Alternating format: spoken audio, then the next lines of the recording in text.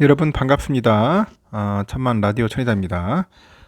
또 한번 또 우리 저녁 시간 쉴 틈 없이 떠들을 테니까 편하게 들어주시기 바랍니다.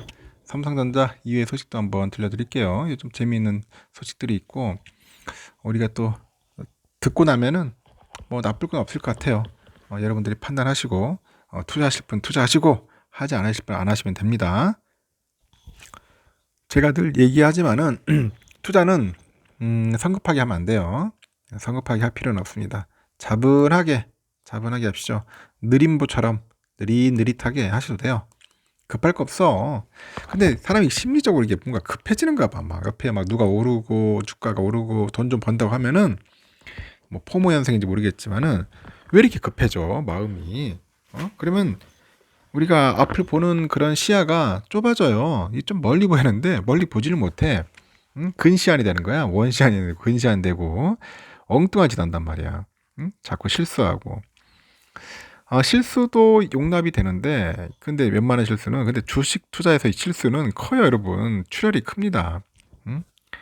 막 계좌 녹아내려가는 거 보면 여러분들 미칠걸. 그래가지고 못 버틴 사람들이 한두 명이 아닙니다. 저는 늘 얘기를 해요. 주식 투자 신중하게 하셨으면 좋겠다. 신중하게 해라. 급할 거 없다. 천천히 하자. 그런 이야기를 많이 합니다. 응? 그렇게 이야기를 하더라도 말을 안 들어 보면은 그때뿐이야. 뒤돌아서면 다 잊어버리고 엉뚱한 데 많이 몰려다니더라고. 막 개미들만 이제 개미들 따라만 개미 따라다니면 안 돼요. 개미 때 따라다니면 다 죽습니다. 참 안타까운 우리 그 역사의 한 장면이고 현실이잖아요. 동학개미 운동 결국 어떻게 됐어? 졌잖아. 개미들 자작 살랐습니다. 동학개미 운동. 동학 운동 자체가 실패한 운동이잖아요.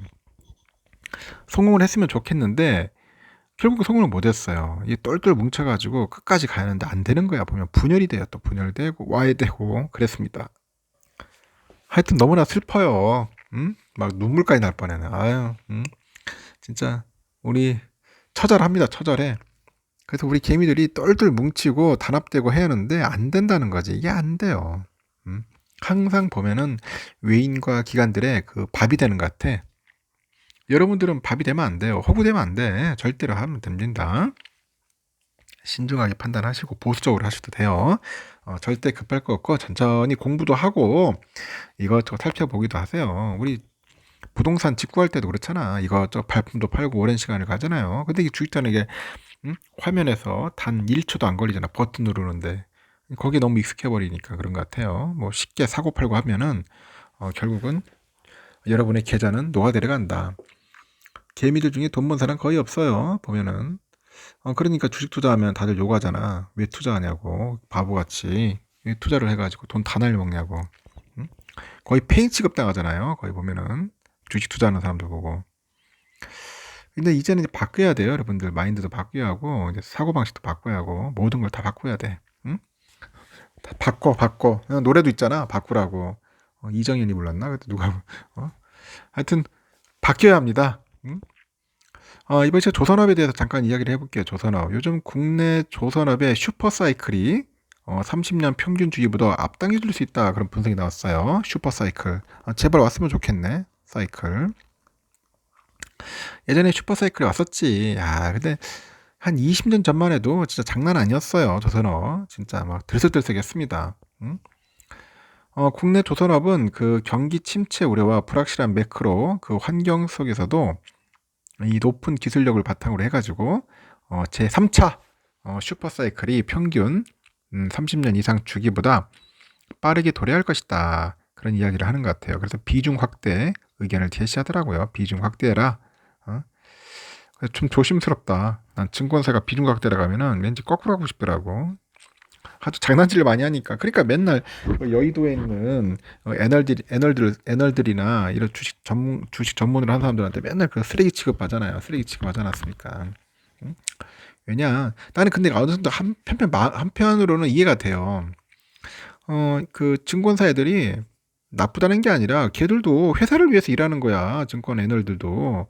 누가 증권 애널들이 개미를 위해서 희생하고 개미를 위해서 정보 주고 가겠습니까? 자기 회사에 충성을 해서 월급만 받아가면 땡이지. 우리 개미들이 착각을 하고 있는 것 같아.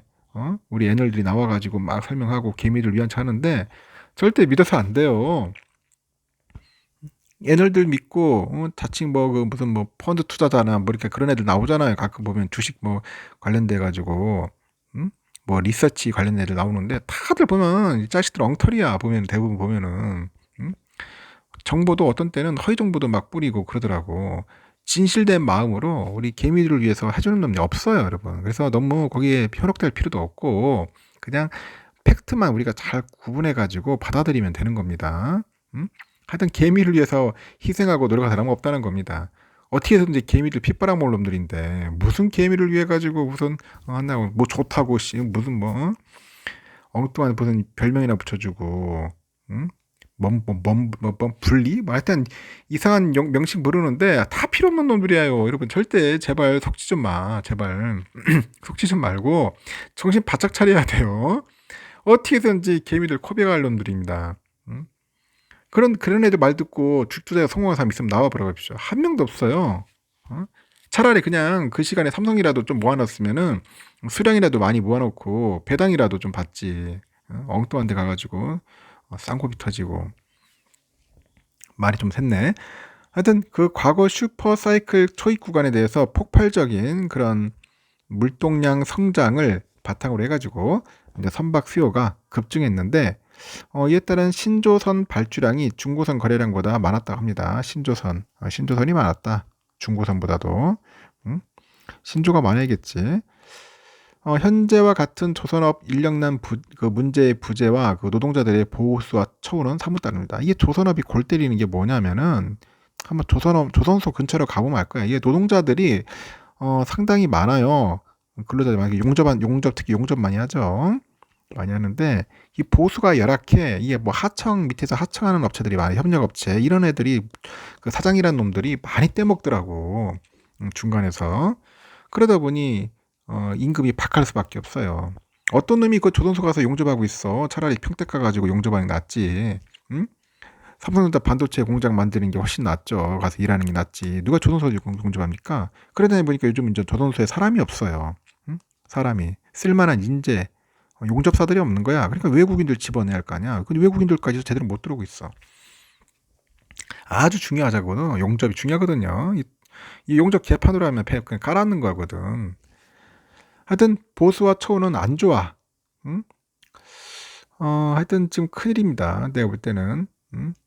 요 보니까 뭐 지금은 관행처럼 굳어져 버린 헤비테일 방식의 선박 계약 대금 지급은 많지 않았다. 뭐 이렇게 부연까지 하는데 국제 회사기구의 그 규제 강화도 슈퍼사이클을 앞당기는 요인으로 꼽는데 그 연구원이 그래요. IMO의 그 점진적인 규제 강화는 역대 가장 높은 노후 선대 비중과 더불어서 기존 30년 주기에 슈퍼사이클을 좀 더 앞당길 트리거가 될 것이다. 왜냐면은 그 IMO라는 데서 자꾸 규제를 하거든. 규제를 하니까 이 규제에 맞춰가지고 결국은 이제 배를 새로 만들 수밖에 없는 거겠지. 신조를 하는 수밖에 없어요. 신조. 해야지만이 결국 이제 배들이 많이 만들어질 거 아닙니까? 전 세계 무역의 85% 차지하는 해상 운송을 대상으로 단기 내 강한 규제는 어렵기에 그 시점에 대해서는 좀 더 보수적으로 접근할 필요가 있다. 뭐 그런 이야기도 하고 있는데 그 탱커의 본격적인 발주 시기는 내년 상반기로 내다보네요. 탱커선.